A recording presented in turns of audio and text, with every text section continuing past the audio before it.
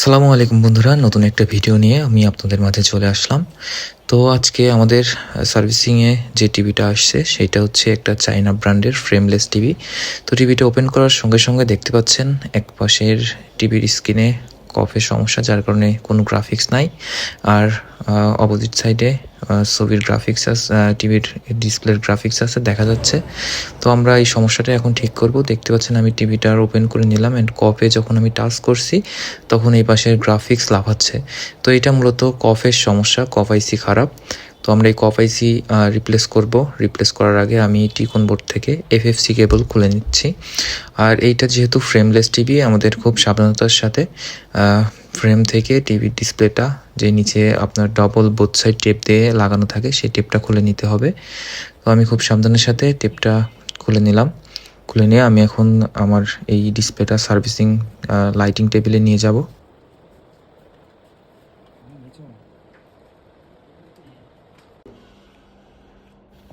দেখতে পাচ্ছেন আমি লাইটিং টেবিলে নিয়ে আসার পরে এখানে আরও ভালোভাবে বোঝা যাচ্ছে আমাদের এই কপটা মূলত খারাপ। আর পাশাপাশি সেকেন্ড যে কপটা আছে এই কপটাও খারাপ, অবস্থা খুব একটা ভালো না। দেখছেন লাইন চলে আসছে, এই কপটাও খুব বেশি দিন লাস্টিং করবে না। তো দুইটা কপ চেঞ্জ করার মতো বাজেট কাস্টমারের কাছে নাই। কাস্টমার ফার্স্টে বললো আমাকে একটা কপ চেঞ্জ করে দেন, যদি একটা কপ চেঞ্জ করে আমার ডিসপ্লেটা ভালো চলে তাহলে আমি আপাতত এখন একটা কপই চেঞ্জ করব। তো কাস্টমার যেটা বলবে সেটাই আমাদের শোনা লাগবে। কাস্টমারের কথা অনুযায়ী আমরা ফার্স্টে একটা কপ চেঞ্জ করলাম। তো একটা কপ চেঞ্জ করার জন্য আমি ফার্স্টে মেশিনে গ্লাস সাইডটা সুন্দর করে অ্যালাইনমেন্ট করে নিচ্ছি। করে নিয়ে এখন আমি কপ ক্লিপারে দিয়ে কপ বন্ডিং করব। আপনারা বন্ডিং প্রসেসটা একটু দেখতে থাকুন। তো দেখতে পাচ্ছেন আলহামদুলিল্লাহ আমাদের কপ বন্ডিং হচ্ছে খুব সুন্দরভাবে, লাইন টু লাইন বন্ডিং হচ্ছে। তো আমরা এই বন্ডিংয়ের শেষে আমরা এখন আপনাদের দেখাবো আমাদের বন্ডিং রেজাল্ট। তো দেখতে পাচ্ছেন একদম লাইন টু লাইন বন্ডিং হয়েছে, খুব সুন্দরভাবে বন্ডিং হয়েছে আমাদের এই গ্লাস সাইড। তো আমরা এখন পিসিবি সাইডটা বন্ডিংয়ে চলে যাচ্ছি। পিসিবি সাইডটা বন্ডিং চলছে, দেখতে পাচ্ছেন এখানে টেম্পারেচার উঠছে। আমাদের পিসিবি সাইড বন্ডিং করতে 13 সেকেন্ড সময় লাগবে।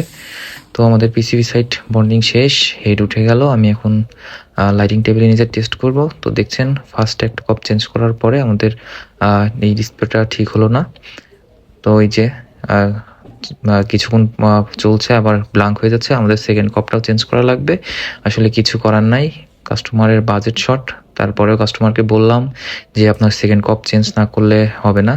তো দেখছেন আমাদের সেকেন্ড কপ চেঞ্জ অলরেডি করে ফেলছি। চেঞ্জ করার পরে এখন আলহামদুলিল্লাহ এই ডিসপ্লেটা পারফেক্টভাবে সার্ভিসিং হয়েছে। এই ডিসপ্লেটা আশা করা যায় আবার লং টাইম চলবে। সাধারণত এই কপগুলা খারাপ হয়, কপ চেঞ্জ করলে ডিসপ্লে বেশ ভালো চলে আমাদের।